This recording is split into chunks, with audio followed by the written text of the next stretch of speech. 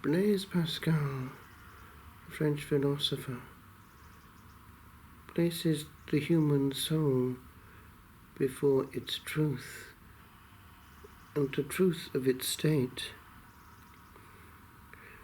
He is up against the feeling in the air that one can be free to dismiss the question of the beyond. And he, as a good philosopher, makes a clear analysis of the situation, indicating that the soul has a choice whether to take it seriously or not. That is to say, to believe or not to believe and to act accordingly. And he puts it this way: given that one cannot have absolute certainty either way with regard to what might be or not be on the other side, one has to do something. And he suggests that the only wise thing is to make a bet, and to bet that there is something there. For if one wins the bet and acts therefore accordingly, on this side of time, one gains the victory forever. If, on the other hand, one loses the bet, one loses all eternity. And there is a 2-to-1 chance in favor of making the bet positively. For supposing, by hypothesis, that there is nothing there, one hasn't lost anything. Whereas all one's eggs are in the one basket if one bets negatively. For then one has messed up eternity big time.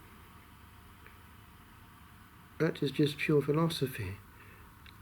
And actually there's a lot of wisdom in it. For at least it's taking the issue seriously. And to dismiss it as though it were not an issue at all is to make the bet precisely that it could lose, and with a 2-to-1 chance against it.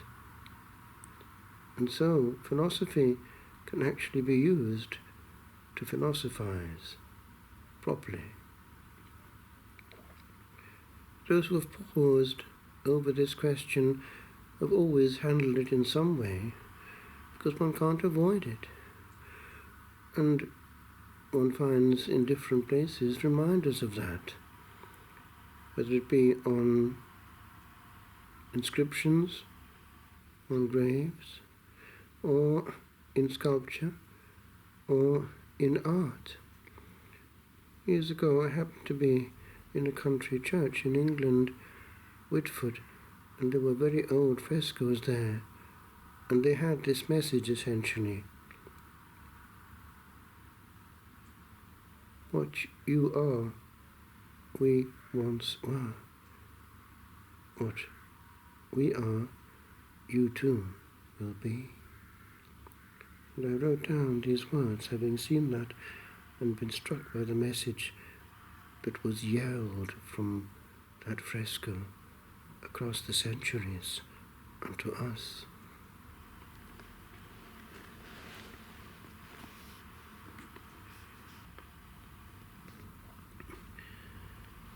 We are but scattered specks upon this page of everlasting history. Our noise, as we cry out toward an hour, and rap upon the stage of this our act, doth poise above our rattling heads a little while, and cry its dying echo, ere it too move on, afraid lest it beguile the coming second's ear that listens there.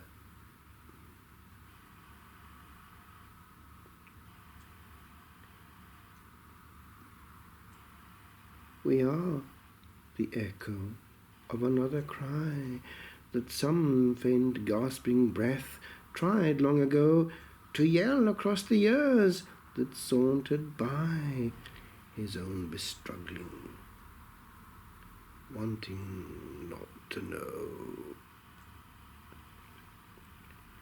We talk to one another with a thought, oft thought, oft thought, and tween stray aeons call